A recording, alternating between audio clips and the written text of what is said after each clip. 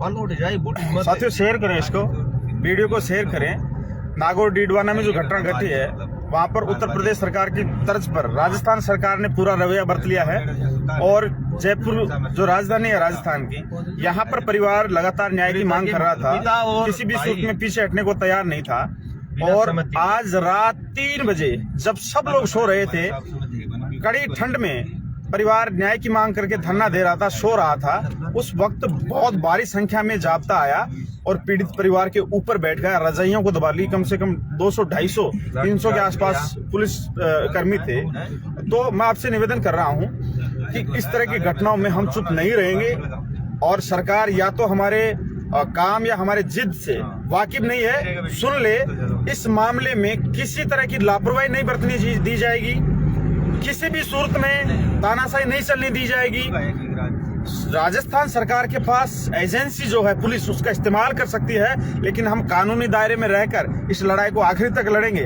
Dead body को जयपुर से चोरी से लेके गए हैं, किसी प्रकार की परिवार को सूचना नहीं है, हमें यह भी नहीं पता है कि कहां गई है, लेकिन हमें आशंका है कि उत्तर प्रदेश की तरह अंतिम संस्कार किया जा सकता है बॉडी का, क्योंकि राजस्थान की विधानसभा चल रही है। आम आदमी सवाल कर रहा है कि राजस्थान सरकार अब तक परिवार को क्या मदद की, किन किन पॉइंटों पर जो मांग पत्र था उसमें न्याय देने का काम किया है। इस चीज का राजस्थान सरकार के पास जवाब नहीं है, इसलिए राजस्थान सरकार इस मामले को दबाकर भोले लोग, अनुसूचित जाति के लोग, अनुसूचित जनजाति के लोग, गरीब लोगों को गुमराह करके यहाँ से डेड बॉडी चोरी से भेज दी है। पुलिस जिम्मेदार अधिकारी हैं। हमने रात को कहकर ये सोए थे कि किसी भी सूरत में डेड बॉडी किसी को नहीं दी जानी चाहिए। हमारे पास पीड़िता का भाई था, हमारे पास पीड़िता का पिता था, हमारे पास पीड़िता के चाचा थे, सारे लोग थे। 3 दिन से डेड बॉडी को लेकर जयपुर में बैठे हुए हैं और आज डेड बॉडी इनसे बिना अनुमति, बिना सूचना को पता नहीं कहां लेकर गए हैं। हम लोग गाड़ी में हैं और इतनी कड़ी ठंड में हम लोग नागौर जिले की तरफ कूच कर रहे हैं। सब लोगों से मैं निवेदन करता हूं, जो भी काम है आपका इम्पोर्टेंट सारा छोड़ दीजिए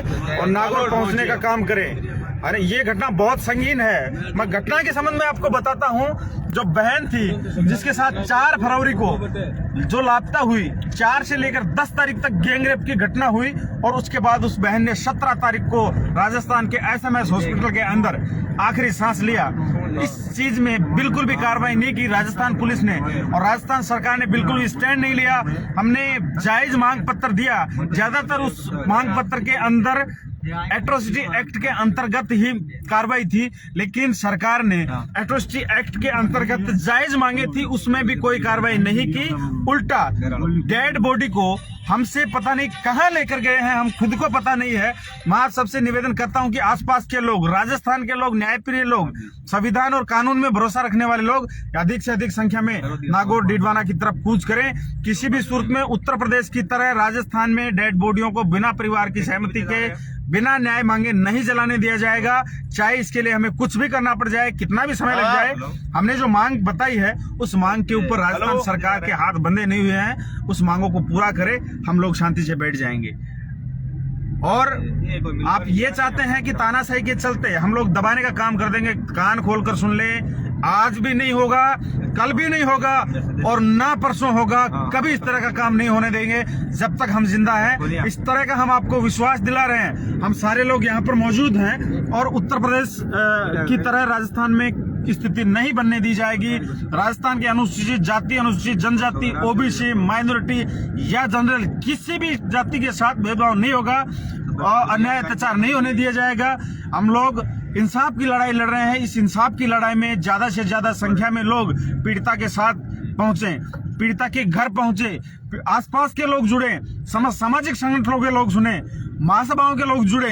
अधिक से अधिक संख्या में इस घटना की निंदा की जानी चाहिए। राजस्थान सरकार की जो तानाशाही रवैया है, मरे हुए लोगों के ऊपर भी इनको दया नहीं आती है। न्याय देने का काम करने के बजाय ये लोग उन्हीं परिवार को गुमराह करके 4-4 दिन तक टॉर्चर करके आखिरी में जब नहीं बस की बात रहती है तो तानाशाही के चलते डेड बॉडी को पता नहीं कहां लेके जा रहे हैं। हमें ये भी नहीं पता डेड बॉडी के साथ क्या हरकत की जा सकती है। हमने ये मांग करी कि वीडियोग्राफी के साथ पोस्टमार्टम होना चाहिए। हमें ये भी आशंका है कि बॉडी के साथ साथ छेड़छाड़ की जा सकती है, एविडेंस जो है उनको खराब किया जा सकता है। हमें पूरी आशंका है, हम किसी भी सूरत में चुप नहीं रहेंगे और हम नागौर पहुंच रहे हैं। आसपास के लोग ज्यादा से ज्यादा संख्या में नागौर पहुंचे। आप लोग सोशल मीडिया का इस्तेमाल करते हैं, आपके पास जितने भी ग्रुप हैं उसमें ज्यादा से ज्यादा संख्या में शेयर करें। अब इस घटना में चुप नहीं रहेंगे। आग में घी डालने का काम राजस्थान सरकार ने किया है, जले पर नमक छिड़ने का काम किया है, घाव पर नमक छिड़ने का काम किया है। किसी भी सूरत में हम चुप नहीं रहेंगे। पुलिस हमारा हिस्सा है, पुलिस की भी वही इसमें जिम्मेदारी रहनी चाहिए जो आम नागरिक की है। परिवार की तरह इस घटना को समझे, पुलिस इस्तेमाल होना बंद करे, पुलिस इस्तेमाल होना बंद करे, पुलिस एजेंसी का गलत इस्तेमाल करना राजस्थान सरकार बंद करे, वरना लेने के देने पड़ेंगे। इस तरह के मामलों में राजस्थान की संस्कृति है, यहाँ पर बहुत मान सम्मान होता है, यहाँ पर बहुत गरिमा के साथ एक दूसरे का आदर सत्कार किया जाता है। लेकिन राजस्थान सरकार को तो शर्म आनी चाहिए कि डेड बॉडी का भी मान सम्मान नहीं करते और परिवार को नहीं बताते। इस तरह की घटनाएं राजस्थान में दिन ब दिन बढ़ती जा रहे हैं। अगर अनुसूचित जाति जनजाति के नेता लोग खुलकर इन मामलों में सड़कों पर नहीं आए तो काले मुंह होने स्टार्ट हो जाएंगे, उनके किसी भी सूरत में बख्शा नहीं जाएगा। उनको सबसे निवेदन करता हूं, अधिक से अधिक संख्या में इस परिवार के साथ आप जुड़ने का काम करें, वरना अन्याय अत्याचार और ज्यादा होंगे। अगर आप चुप रहेंगे तो आपके ऊपर बहुत सारे अन्याय होंगे। किसी भी सूरत में इस घटना के अंदर आप चुप नहीं रहेंगे, मुझे पूरा भरोसा है। कल परसों भले कितना भी समय लग जाए, पूरा नागौर बंद होगा, डीडवाना बंद होगा। जरूरत पड़ेगी तो राजस्थान का आम आवाम पूरे राजस्थान को बंद करने के लिए तैयार रहेगा। लेकिन राजस्थान सरकार को इस मामले में चुप्पी तोड़नी पड़ेगी। अब ये मामला इतना हल्का नहीं रहा है कि चुनिंदा 5-7 लोग जो इस मामले को देख रहे हैं उनको गिरफ्तार कर ले, डिटेन कर ले, मुकदमे दर्ज कर ले, घर वालों को टॉर्चर करना शुरू कर देंगे। किसी भी सूरत में इस तरह का अन्याय बर्दाश्त नहीं होगा। अगर हमने कह दिया है पीड़ित परिवार रुका हुआ है तो आकाश पाताल एक हो सकता है, धरती उलट पुलट हो सकती है, लेकिन हम पीछे नहीं हटेंगे। जब तक हमारे साथ परिवार रुका हुआ है, मांगों को मनवा कर हम पीछे हटेंगे। मैं समस्त सामाजिक संगठनों से, समस्त महासभाओं से, जो लोग न्याय की मानसिकता रखकर अपोजिशन की भूमिका निभा रहे हैं, पीड़ित पक्ष के साथ खड़े हों। हम आपसे उम्मीद करते हैं इस तरह की, और राजस्थान में किसी भी तरह की तानाशाही नहीं चलनी दी जाएगी। आपसे निवेदन कर रहा हूं मैं बार बार, इस वीडियो को ज्यादा से ज्यादा शेयर करें और न्याय के लिए डीडवाना नागौर की तरफ कूच करें। और इस मामले में चुप्पी तोड़नी पड़ेगी। गहलोत सरकार को सरकारी नौकरी देनी पड़ेगी, 50 लाख का मुआवजा देना पड़ेगा। सत्ता पक्ष का जो आरोपी है वो फरार है घर से, इस तरह की हमें सूचना मिली है। जो पंचायत समिति सदस्य है, कांग्रेस का है, विधायक का संरक्षण उसको मिला हुआ है। किसी भी सूरत में एक भी जने को बख्शा नहीं जाएगा। राजनीतिक संरक्षण कितना भी मिले, किसी को नहीं बख्शा जाएगा, भले कुछ भी हो जाए। मैं आपसे निवेदन करता हूं कि परिवार के साथ आप कंधे से कंधा मिलाकर खड़े हो जाइए। ये वक्त नहीं है कि आप अब रजाइयों में सोइए, ये वक्त नहीं है कि आप काम धंधों को महत्व दे।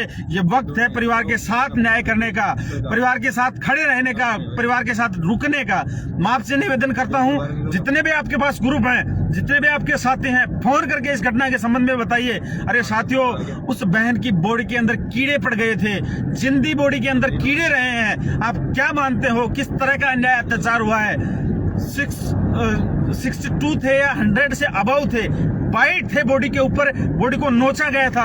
आप क्या मानते हैं राजस्थान में किस तरह का अन्याय अत्याचार हो रहा है? पुलिस को इस संबंध में सारा पता है, राजस्थान सरकार को इस संबंध में सारा पता है, लेकिन कोई एक आदमी मुंह तक नहीं खोल रहा है, न्यायिक बात नहीं कर रहा है। उल्टा पीड़ित परिवार को दबाने का काम किया जा रहा है। पीड़िता का पिता था, उसके ऊपर बैठ गए 2-3 पुलिसकर्मी, उनके ऊपर कार्रवाई होनी चाहिए। इस तरह का बर्ताव क्यों किया? हमारे ऊपर, मेरे खुद के ऊपर बैठा है, हमारा एडवोकेट साहब साथी हैं, उनके ऊपर बैठा गया है। घोर अन्याय किया जा रहा है। कम से कम 200-300 पुलिसकर्मियों के द्वारा भयंकर तरीके से रजाइयों से उठने नहीं दिया गया, मोबाइल हमारे छीन लिए गए और फिर हमें बताया कि आपकी डेड बॉडी यहाँ पर नहीं है। और हमें भी नहीं पता है, किसी जिम्मेदार अधिकारी ने हमें नहीं बताया है कि आपकी डेड बॉडी कहाँ है। हमें पूरी संभावना है कि उत्तर प्रदेश बनाया जा रहा है राजस्थान को, और बन चुका है। डेड बॉडी का अंतिम संस्कार किया जा सकता है। सुबह हो रहा है, कभी भी प्रशासन अपने स्तर पर कहीं भी अंतिम संस्कार कर सकता है। हमें पूर्ण रूप से ये विश्वास है कि पुलिस का इस्तेमाल करके राजस्थान सरकार तानाशाही रवैये पर है, जवाब नहीं है, इसलिए बौखलाहट में इस तरह के निर्णय ले रही है। लेकिन हम लोग बहुत सोच समझ कर ये निर्णय लिए हैं, बहुत सोच समझ कर इस आंदोलन की रणनीति तय कर रहे हैं। किसी भी सूरत में हम पीछे नहीं हटेंगे, भले हमें कितने भी दिन लग जाए। ये आप सबको नॉलेज में होना चाहिए और आप सबको भरोसा करना पड़ेगा। अधिक से अधिक संख्या में लोगों को फोन करना पड़ेगा, सब लोगों को न्याय के लिए परिवार के साथ रुकना पड़ेगा। इसलिए मैं आपसे निवेदन कर रहा हूं, पीड़ित पक्ष आपसे उम्मीद रखता है। बहुत बिरले लोग होते हैं इस तरह की घटनाओं में जो स्टैंड लेते हैं, वरना टूटकर बिखर जाते हैं। मैं धन्यवाद देता हूं या फिर परिवार का हौसला मानता हूं कि कम से कम इस घटना में अपना स्टैंड क्लियर कर रखा है, जिद पर अड़े हुए हैं। और हम जब तक परिवार नहीं हटेगा, किसी भी सूरत में पीछे हटने वाले नहीं हैं। पहले भी हम कभी नहीं हटे हैं, ना अब हटेंगे, और आप सबका विश्वास बनाए रखेंगे। अन्याय किसी भी सूरत में बर्दाश्त नहीं किया जाएगा। आप सबसे निवेदन है, इस पोस्ट को आप अधिक से अधिक संख्या में शेयर करें और जवाब मांगे कि राजस्थान पुलिस के माध्यम से राजस्थान सरकार डेड बॉडी को कहां लेकर गई है। उत्तर प्रदेश बनाया जा रहा है क्या? जो हमने मांग पत्र दिया है उसमें क्या हुआ है? जिन पुलिसकर्मियों ने लापरवाही बरती है उनके खिलाफ कार्रवाई क्यों नहीं हुई? 10 तारीख को गिरफ्तार 2 लोग कर रहे थे, आज तक एक भी गुत्थिया की क्यों नहीं सुलझी? इसमें क्या हो रही है? मुख्य आरोपी आइदाना राम को क्यों बचाया जा रहा है, जो अनुसूचित जाति जनजाति की महिलाओं के साथ गैंग रेप का काम करता है, रैकेट चलाने का काम करता है, उसको क्यों बचाया जा रहा है? उससे क्या पूछताछ की गई है? मृत्यु का क्या कारण रहा है? 4 तारीख से लेकर 11 तारीख तक पीड़िता कहां रही है? इस तरह की गुत्थी को सुलझाना पड़ेगा। अब हम अन्याय अत्याचार को सहन करने वाले नहीं हैं, भले कुछ भी हो जाए। आप सबसे निवेदन करता हूं, समय बहुत कम है, हमें साथियों से बात करने, आगे की रणनीति तय करनी है। तब तक हम ज्यादा बात नहीं रख सकते। अधिक से अधिक संख्या में अब नागौर डीडवाना पहुंचने का काम करें, एक दूसरे से फोन करने का काम करें। हम सोशल मीडिया के माध्यम से आपको अपडेट देते रहेंगे। हो सकता है आपका अखबार नहीं हो, आपका पुलिस नहीं हो, आपके पास तंत्र नहीं है, लेकिन आपके पास सोशल मीडिया है। इसके माध्यम से आप आवाज को उठाने का काम करें। हम लोग आगे की रणनीति तय कर लेते हैं, उसके बाद में आपको जो भी सूचना रहेगी बताते रहेंगे। लेकिन मैं आपसे निवेदन कर रहा हूं, अगर आपका जमीर जिंदा हुआ तो अधिक से अधिक संख्या में इस पोस्ट को शेयर करें, अधिक से अधिक संख्या में पोस्ट को शेयर करें और लोग वहां पर पहुंचने का काम करें।